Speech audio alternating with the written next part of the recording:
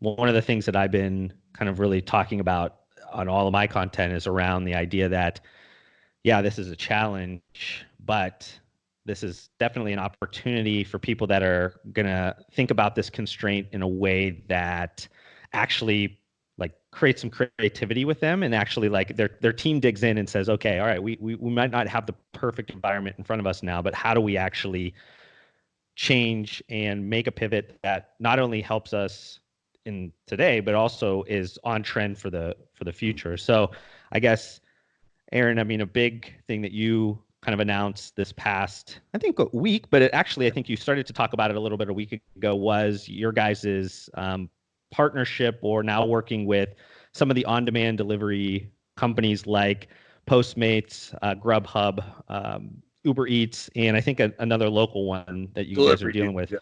yeah. Yeah, Delivery dudes. I guess share a little bit about what you guys are doing there. Like, what was the inspiration? Is this something that you guys were already kind of thinking about before the coronavirus thing kind of happened? So, number one, I'm a lot like you in the sense that I like to share information. And so, when you reached out about this, about sending you the video that I shot for Instagram, I suggested that we do this because you know how it is in this industry. People are going to copy anyway, and you can't be worried about, in my opinion, you can't be worried about giving or being too free with information, because ultimately the success of Redcon, it doesn't need to have other people not succeeding as well. So I'm a big believer in trying to do that. I have a lot of supplement company CEOs I talk to regularly that I give advice to all the time, and because I want to see people do well. So this is a cool idea, and it actually. So you've been to the office and you've seen we have a very communal kind of sharing of ideas. And so this idea actually came from Zach, who was one of our sales guys, the Marine with the voice kind of like mine. Yeah, yeah. You met him. So Zach said, we should try to get on Delivery Dudes, which is the one that I use every day to get my salmon, which I believe you've had here Yep. also. So I get salmon for lunch every single day from Delivery Dudes, and they deliver it from the restaurant that I like. And so you see them come in and out of here all the time in the office. And he's like, man, what about selling, MRE bars or something? Because now if people can't leave their house and supplement stores aren't open, although here supplement stores and supplement is considered a essential business. Yeah. So thank God for that. But if you don't want to leave your house and you're self quarantined or whatever, right? How about giving them the opportunity to use one of these services to get the emery bars or some of the food products or whatever? And so I kind of assigned it to Ryan, our chief marketing officer. I said, hey man, this is a cool idea. I don't know if it's even possible. I've never seen anybody else deliver anything like a protein bar or a box of bars or whatever, but let's see if we could do it. And so because we have the gym, the Redcon1 gym, and serve smoothies at the gym, we can, and the gym can't be open, but it can be opened hypothetically to make smoothies, to sell the smoothies since it's a food product. And when I mean open, I don't mean open for customers. I mean open for pickup or delivery. Yeah. So he kind of, Ryan investigated that. And once you have a food product like that on Grubhub, that was the first one on Grubhub, then you have the ability to sell what else is in your store. So for us, we ended up listing everything, all the bars, all of the MRE bars, the BARs, and all of the powder products, everything. And Grubhub said that was okay. And so what we did is we set up two locations, one at the gym and one here. So we have a little bit wider radius. And that was the impetus to also hit up Postmates and the rest of them, Uber Eats and Delivery Dudes. And it's been, obviously they probably inundated with these requests, so they haven't all went on as fast as Grubhub and now Postmates, but they're all turning on, and especially the fact that we were approved by one. Now everybody is approving them more quickly, and so the idea is strictly that you're at your house, you want emery bars. Amazon is taking a long time now, which is super shitty for us because even though we're very lucky again to be considered essential, so they are taking our inbound freight, which a lot of people they're not taking. I think a large majority of the categories they're not taking anything anymore. But our shipments have slowed way down. So Prime people are getting emery bars. I mean, sometimes it's like a month, depending on what. Do you know? This is a good question for you. Do you have any insight on why one flavor of the emery bar will be delivered the next day and then one will take a month?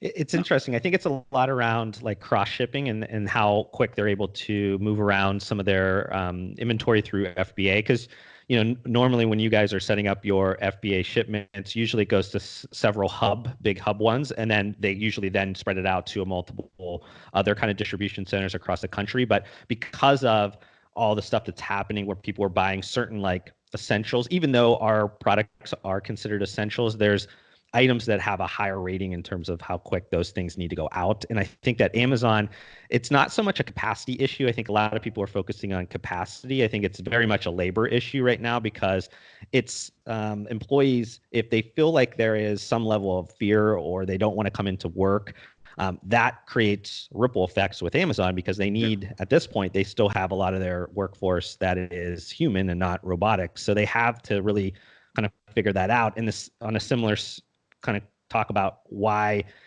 maybe supplement stores, this is important for them to think about is just because you're essential doesn't mean that somebody's going to come out of their doors to actually shop with you. They might still be fearful into going. So regardless if you could keep your doors open or not, that doesn't necessarily mean that you're going to get more sales. So you have to think creatively. And I like this idea because I think you guys also mentioned that some of your retail partners could be also a part of this. You guys can add them as another pickup point, correct? Yeah, that's the exciting part about it because obviously it's a very finite amount of people that are within a 10-mile radius of Boca Raton and Delray. It's a very small area in the scheme of things. But what we have investigated and learned that's possible and something we're working on is for these mom and pop brick and mortar retailers, we may be able to help them add an additional revenue stream where we can add them as a secondary, third, fourth, et cetera, location around the country. And then they'll have a radius. So if somebody has Grubhub, for example, around them, they'll see the option to have to buy Emery bars from the Redcon1 location in Kentucky, whatever, right? Yeah. So in that radius around them. And the cool thing is that you can set them up as their own account where they have their own banking information. So it's not like we're getting the money and sending it to them. They can literally have a new revenue stream that they don't have to, they can even have the location basically closed, but can still make money by shipping the bars via Grubhub or Uber Eats, et cetera. So it's a really interesting opportunity to, I guess, kind of support our retailers that they're able to, of course, it'll help us because they'll be ordering and moving more product, but it can also help them tremendously as we do a marketing campaign and spend marketing money to make sure that people know that we're available on Grubhub. And as we get more and more people participating, we would do more and more geo-targeted advertising to feature that, feature our brand, but inadvertently or as well featuring that brick and mortar mom and pop location. So I think there's a lot of potential there for to develop a whole new income stream for a lot of these guys and also a new channel for us. Yeah, no, I totally agree. I mean, I think when you initially commented or put something up on social media, I said something around, the idea of that, that's a great pivot. And it was also very much on trend long term. And for me, I always think about pivots. I think people think about it in the sense of that, you're completely changing your business, but that never really changes the vision of the business and as a company. And I think that for you in the short term, you have to obviously think creatively and figure out how do I overcome the challenges that are in front of me. But the idea of doing this with Uber Eats or Postmates or Grubhub, that is completely on trend for where commerce is going in general. And I remember it might have been a year or two ago, and if I can find any clips, I'll post it in this video. One of the things that I think is important for both GNC and Vitamin Shoppe to realize is that though their thought of nutritional supplements and sports nutrition maybe is not in a need of fast consumer goods, a lot of their business now is shifting towards functional foods and functional beverages, or like the ready to eat, ready to drink categories. A lot of the consumers that are walking in and out of their door or shopping online are buying these products. They're buying a ton of Bang. They're buying a ton of Quest bars. They're buying a bunch of different Glambia ready-to-eat products or ready-to-drink products. This is constantly happening. Both Vitamin Shoppe and GNC are also putting a lot more of their real estate in their store for these categories. So those things are fast-moving consumer goods. Those are what would be traditionally a grocery item or a convenience item. So they need to think about fulfillment in that way. They need to think about fulfillment like Walmart's thinking about it, or what Amazon's thinking about it, or Kroger, or any of these other people. Or Target. they need to be thinking about these in kind of the two new areas, be it on-demand shipping or click and collect. So first one with like on-demand shipping, like 2-hour windows, that might be the easiest one for both of these to kind of work with. If you partner with like a Postmates or an Instacart or a Shipt, they have layers of technology that they add on to the back ends of your systems. They help you understand, the flow of everything. And this will give the ability of people to get products shipped right to their door within 2 hours. They already are utilizing those services for their grocery items or some of their mass retailing. So it's an easy add-on for consumers to kind of move in that direction if they are looking to, get products much quicker. But I was mentioning around both GNC and Vitamin Shop needing to work with these on-demand fulfillment delivery services for them to utilize in their business. Had nothing to do with coronavirus, had nothing to do with anything. It was more of just, this is where commerce is going. I live in a metropolitan city, and in Austin, Texas, people constantly are using these services. You see, walking up and down in downtown, I see like dozens and dozens of bike couriers that are just always going. So I already can kind of see where that's going. And I think that you guys, kind of adjusting and saying, okay, this is going to work in the short term, but this also can work in the long term. And even like the retailers, the small mom and pop shops or the biggest ones out there, they need to be taking this as like a lesson and saying, okay, maybe we should start to look at some of these things, because this might honestly change the behaviors of people going forward. They might be so fearful of going out in public, and it might not be, 100%. They might not be like hermits, but like, are you going to question maybe, do I need to go to the mall? Do I need to do that? Like, I think those things are going to start to come up the longer that this kind of plays out. So I think this strategy that you guys are kind of doing is super important. And I think it's just speaks to inside the building how kind of like innovative or creative that you guys are, and everybody kind of has a seat at the table. I think that was something that I mentioned to you, was that I loved how, regardless if it was the lowest employee or the highest employee, like they were able to speak their mind freely if they had a really good idea and able to like lay it out with logic, and you guys were going to explore it. And I think that that's important in this scenario, because the more collaboration, the more creative everybody can get as a team, the better solutions you're going to kind of come up with. Yeah, no, I definitely agree with that. And, for me personally, I have always been a big believer in meritocracy, and I don't believe in seniority, or I think that, and I don't think this is a conscious thing. I think it's something internal within me for some reason. I don't really see anything about a person other than the quality of their work. So one of the things we get complimented a lot that I always find very interesting is the diversity of the employees here. They'll be like, because we obviously have a lot of girls, we have black people, white people, Spanish, everybody, right? And I get complimented a lot on that when people come in. And I always think it's so interesting because I don't even notice it. You know what I mean? I don't even think about it. I just think about the quality of the team, the quality of the person's work, and also that openness to know that you don't know. Like you 99% of the time, I am not right. I rather express my idea, let everybody tell me their idea, and then I'll just go with the best idea, and I think that that's very tough for a lot of people to do. I've had past partners that just had to be the one that had the idea, had to be right, and if it wasn't that person's idea, and I'm sure everybody knows people like this, then it just couldn't possibly be right. And so I'm almost the exact opposite. I realize I'm almost never the best idea, and that's okay with me, because ultimately we want the best idea more than I need to be right.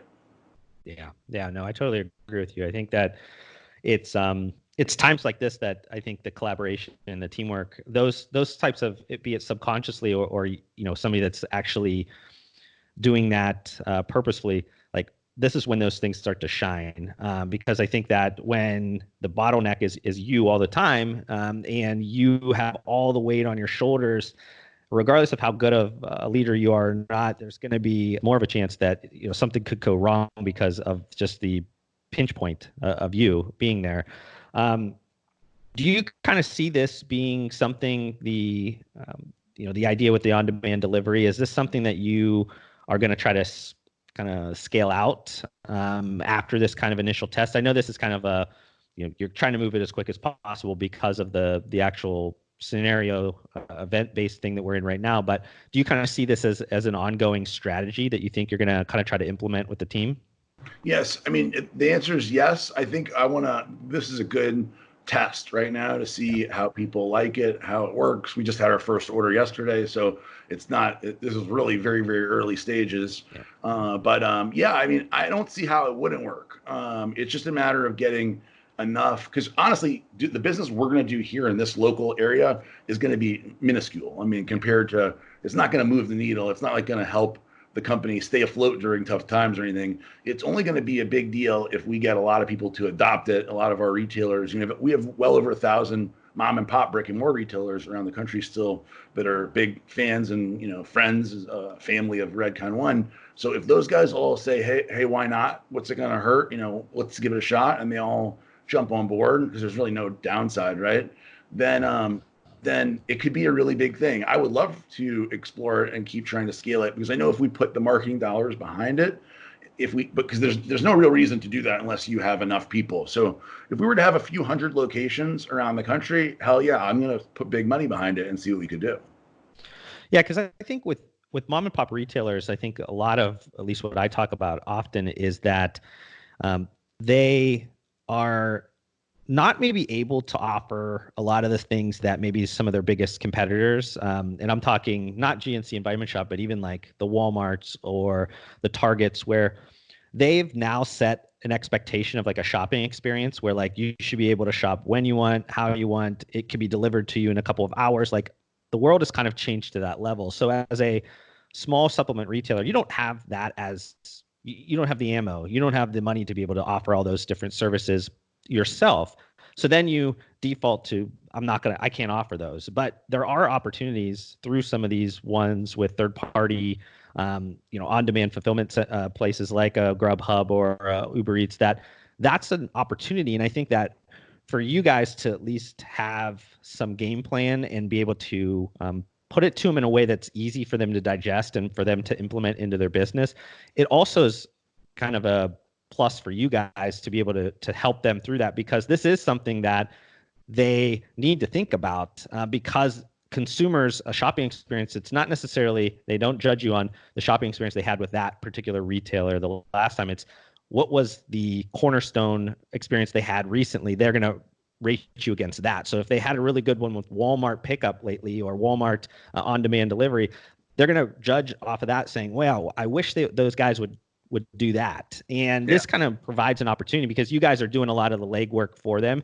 Like it is confusing for the people to set those things up initially and everything. For you guys to at least do some of the legwork and say, hey, we think this is going to be a really good idea for your business, then it could help them kind of get a new, get a new thing in their system so they can actually compete against some of these big guys. Because it's not only, we talked before we jumped on camera, like it's not only the vitamin shops and the GNCs that a lot of these guys have to worry about. It's the Walmarts, it's the Amazons, it's the Targets that now are controlling more of the share of supplements than any of these other ones. Online Amazon has really dominated, and I know you've talked a little bit about the new Walmart, which they're going to come out with the Plus. They're free shipping just like Prime, and we've been talking quite a bit with the Walmart 1P team. And man, they're out for blood. So they're not kidding around. And that their consumables, I think you're going to see a huge push where these guys don't even care, I don't think, about the bottom line right now. They are caring about taking market share and becoming a big player. So now you're going to have another Amazon basically in that realm. Probably won't get to that level and be head to head, but it's going to take more market share. So you have to figure out innovative new ways, if you're a brick and mortar mom and pop retailer, to beat those guys.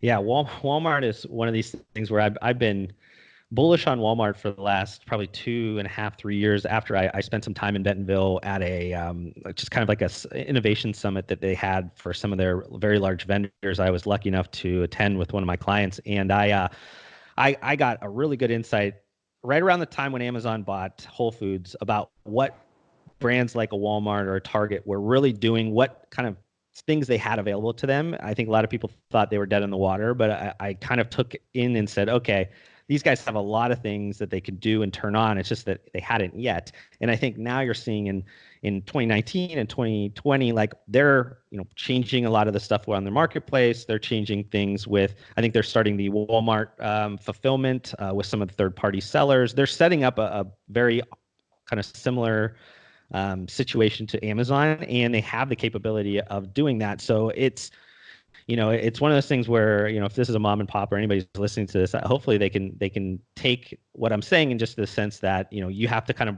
broaden your spectrum of like who you consider competitors. And not to say you have to copy what these people are doing, but I think that there are always things in the market that are happening, small technology things or little things you can implement in your business that at least give you an edge or at least let you compete on those things. And then as long as you're providing a really good customer experience and you're providing them a service that a Walmart or an Amazon or anything can't provide, that human type of touch point, you're fine. But you still have to consider these people as like, a competitor. Yeah. Well, you said the biggest thing when I talk to mom and pop brick and mortar retailers, the biggest thing that I always tell them is that make sure you have good employees that are passionate and knowledgeable, because that is the thing that is going to separate you. Because you walk into Walmart and there's nobody there who's going to be able to explain to you what a product does there, or what's the difference between a whey protein isolate and a concentrate or anything, even the most basic stuff. They're not going to be able to tell you. The same goes, we do great business with Academy. We do awesome business with Dick's. They're really big, gaining very fast. And they don't have anybody there to tell them anything. So when people like in Texas, some of our customers or brick and mortar retailer customers complain, and like, man, if you're worried about Academy, you got to figure out how to overcome that, because there's nobody there helping them. So if we're the number one supplement company in Academy, that means there's demand. And so all you need to do is get people in there and show them your value by giving them solid advice and help. Thank you so much for watching this video. If you want to help support me, make sure you guys hit that thumbs up button on this video. If this is the first time you've been introduced to my videos, would love for you guys to be a part of my community by subscribing to my channel. I upload several videos just like this weekly. And if you guys want to connect further outside of this platform, I do include all of my social media links down below. I just want to thank you guys again for your time. Hopefully I gave you value in return, and we'll see you guys on the next video.